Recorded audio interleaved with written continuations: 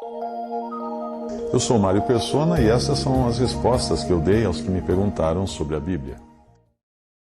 Quando nós começamos a ler o capítulo 4 de Colossenses, nós logo percebemos que é preciso dar marcha ré um pouco e pegar os últimos versículos do capítulo 3, porque ele praticamente continua o assunto. No versículo 17, ele fala para fazer tudo em nome do Senhor Jesus. No versículo 18, para as mulheres serem sujeitas aos maridos como convém no Senhor. Depois os maridos não se irritarem contra elas, os filhos obedecerem em tudo aos pais, porque é agradável ao Senhor, os pais não irritarem os filhos, os servos obedecerem em tudo aos vossos senhores segundo a carne, não servindo só na aparência, como para agradar aos homens, mas em simplicidade de coração, temendo a Deus. E tudo quanto fizerdes, fazei-o de coração, de todo o coração, como ao Senhor, e não aos homens, sabendo que recebereis do Senhor o galardão da herança, porque a Cristo, o Senhor, servis. Mas quem fizer agravo, receberá o agravo que fizer, pois não há acepção de pessoas. Então ele entra no capítulo 4, basicamente na mesma linha de pensamento, né? Ele vai falar, vós senhores, agora os patrões, fazei o que for de justiça e equidade a vossos servos, sabendo que também tendes um Senhor nos céus. Então perceba que ele coloca todos aqui, todas as classes de pessoas, pais, filhos, esposas, esposos, patrões, servos, todos debaixo do Senhor, todos tendo que dar satisfação ao Senhor, porque todos nós temos um cabeça no céu, que é o Senhor Jesus Cristo. E aí no versículo 2, capítulo 4, versículo 2, ele vai falar da oração, né?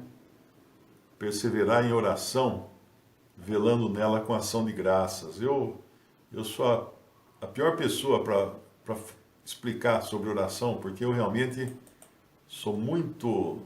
negligencio muito a oração. Não deveria, mas sempre tem outras coisas na cabeça e fica difícil a concentração para orar. Mas deveria orar mais, deveria ter mais tempo de oração claro que a gente, o dia todo, né, tá, de uma maneira ou outra, acaba orando e agradecendo na hora do alimento, mas é quando o sapato aperta que a gente percebe o quanto nós precisamos de oração. E ele também pede orações, Paulo pede orações no versículo 3, orando também juntamente por nós, para que Deus nos abra a porta da palavra, a fim de falarmos do mistério de Cristo, pelo qual também estou preso. Isso aqui, em Efésios, capítulo 6, nós temos uma referência à oração. Efésios 6, versículo 18. Orando em todo o tempo, com toda oração e súplica no Espírito, e vigiando nisto com toda perseverança e súplica por todos os santos. Repare que isso aqui é a última recomendação dada após ele falar da armadura de Deus, aquela armadura que nos permite resistir aos ataques do inimigo, os ataques de Satanás e seus asseclas, né, seus anjos e demônios e espíritos malignos. E no final, o combustível para tudo, para poder travar essa batalha, é a mesma oração. A mesma oração. E aqui então, voltando ao nosso capítulo 4 de Colossenses, no versículo 3, ele fala, orando também juntamente por nós, para que Deus nos abra a porta da palavra. Ele está preso. Ele não fala para que Deus nos abra a porta da prisão. Não seria a primeira a prioridade de um preso, de um prisioneiro, que Deus abra a porta da prisão para sair daqui. Não, porque o Senhor estava usando ele dentro da prisão. E nós precisamos aprender isso também, que o Senhor quer nos usar no lugar que Ele quer nos usar, não no lugar que nós escolhemos. Paulo não escolheu ir morar na prisão, não é? Ele foi preso. E ele foi preso justamente pelo seu testemunho da palavra de Deus. Por pregar a palavra de Deus, ele foi preso. E ele agora roga, não para ser solto da prisão, mas para que sejam abertas portas para ele continuar pregando o evangelho, continuar evangelizando, como ele fez na prisão, né? Nós sabemos que lá, eu acho que no final, não sei se é em Colossenses ou foi em Filipenses, que nós vimos que a família a casa de César, Filipenses 4, 22, ele envia também da prisão, ele envia saudações. Todos os santos vos saúdam, mas principalmente os que são da casa de César. Quem era a casa de César? Família de César, família do imperador. César não era o nome do homem. César era o equivalente a imperador. Na Alemanha existiam depois, já até o século XX, até o século XX, existiram não, czar na Rússia, né? Tem um outro nome na Alemanha. Eu sei que na Rússia eram os czares, que era também César. O da Alemanha, agora me fugiu o nome do imperador da Alemanha. Kaiser, o nome da cerveja. Kaiser era o imperador da Alemanha. Os imperadores na Alemanha recebiam o título de Kaiser, assim como os imperadores romanos eram chamados de César. Depois tinha o nome em seguida, César Augusto, César alguma coisa, que era o nome seguinte. O César era o título. Também existe no Antigo Testamento alguns reis que são chamados por nomes que a gente, a princípio, acha que é o nome dele, mas não é. É o seu, por exemplo, Amaleque. Amaleque não era o nome do sujeito. Amaleque era o seu título real, que era o Amaleque, era o título real. Então, isso aqui, Paulo, ele acabou levando o evangelho provavelmente através dos guardas da prisão, que foram evangelizados, certamente, né? Foram evangelizados por Paulo, alguns devem ter se convertido, e como eles eram guardas de elite, eles eram a guarda real, a guarda palaciana, eram guardas que tinham acesso também ao palácio de César, à casa de César. Provavelmente, então, esses guardas também acabaram levando o evangelho para dentro do palácio real. Olha só, você imagina que ele não teria jeito de entrar lá de outra maneira, não tinha internet naquele tempo. Então, a prisão foi o caminho que o Senhor escolheu para levar o evangelho da boca de Paulo para os guardas e dos guardas para os familiares de César. Então, imagina, o César tinha lá uma sobrinha que de repente tinha se convertido, um primo que se converteu, todos morando lá no Palácio Real. Então, o que o Senhor tinha falado para Paulo, ele cumpriu, porque lá em Atos capítulo 9, eu acredito que seja, Atos capítulo 9, quando Ananias se preocupa com esse que vai aparecer para ele lá, com esse Paulo, com esse Saulo, né? No versículo 13, respondeu Ananias: Senhor, há muitos ouvi acerca deste homem, quantos males tem feito aos teus santos em Jerusalém. E aqui tem poder dos principais dos sacerdotes para prender a todos os que invocam o teu nome. Disse-lhe, porém, o Senhor: vai, porque este é para mim um vaso escolhido, para levar o meu nome diante dos gentios e dos reis e dos filhos de Israel. E eu lhe mostrarei o quanto deve padecer pelo meu nome.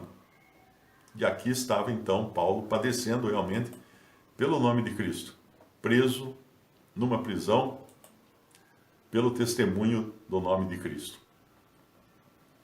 Então, no nosso capítulo 4 de Colossenses, no versículo 3, ele fala isso, que ele ora a Deus para que abra uma porta, para que ele possa pregar a palavra, não é? E ele fala mais aqui, ele fala também, a fim de falarmos do mistério de Cristo, pelo qual estou também preso. Que mistério de Cristo era esse que causou até a prisão de Paulo? Ele explicou esse mistério de Cristo lá que a igreja, né, é o corpo de Cristo. A igreja é o corpo de Cristo. Esse mistério, lá em Efésios, eu acho que ele fala mais disso. É Efésios capítulo 3. Efésios capítulo 3, versículo 4. Versículo 3. Como me foi este mistério manifestado pela revelação, como antes um pouco vos escrevi. Por isso, quando ledes, podeis perceber a minha compreensão do mistério de Cristo,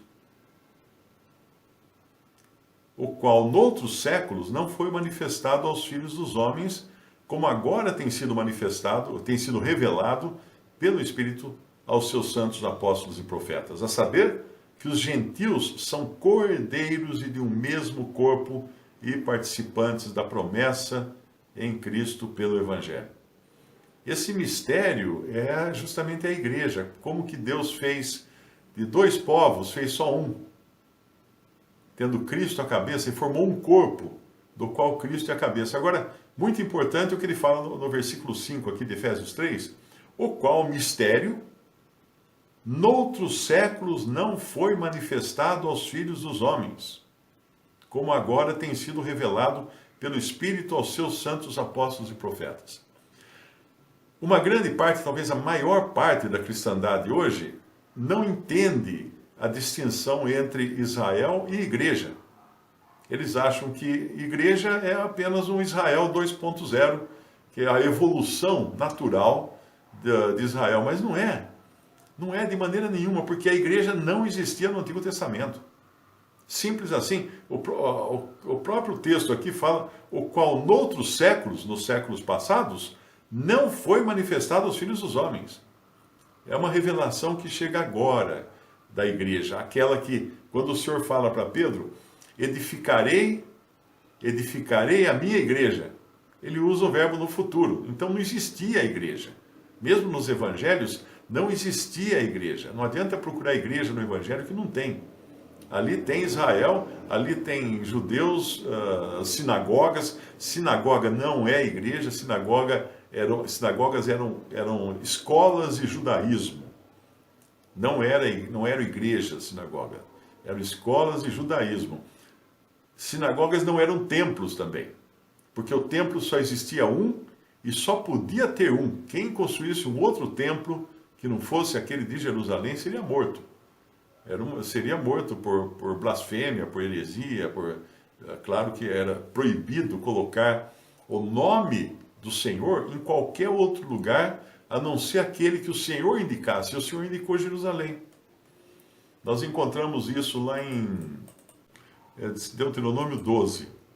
Essas eram as instruções que o Senhor deu ao povo hebreu, ao povo de Israel, quando eles entrassem na terra.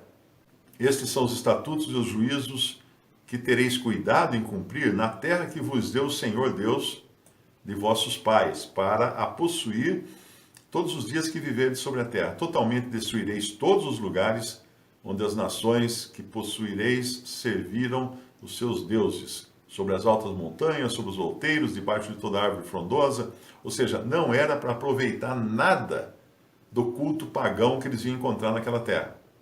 Derrubareis os seus altares, quebrareis as suas estátuas, e os seus bosques queimareis a fogo, porque eles consideravam os bosques, as florestas, como sendo sagradas. E destruireis as imagens esculpidas dos seus deuses, e apagareis o seu nome daquele lugar.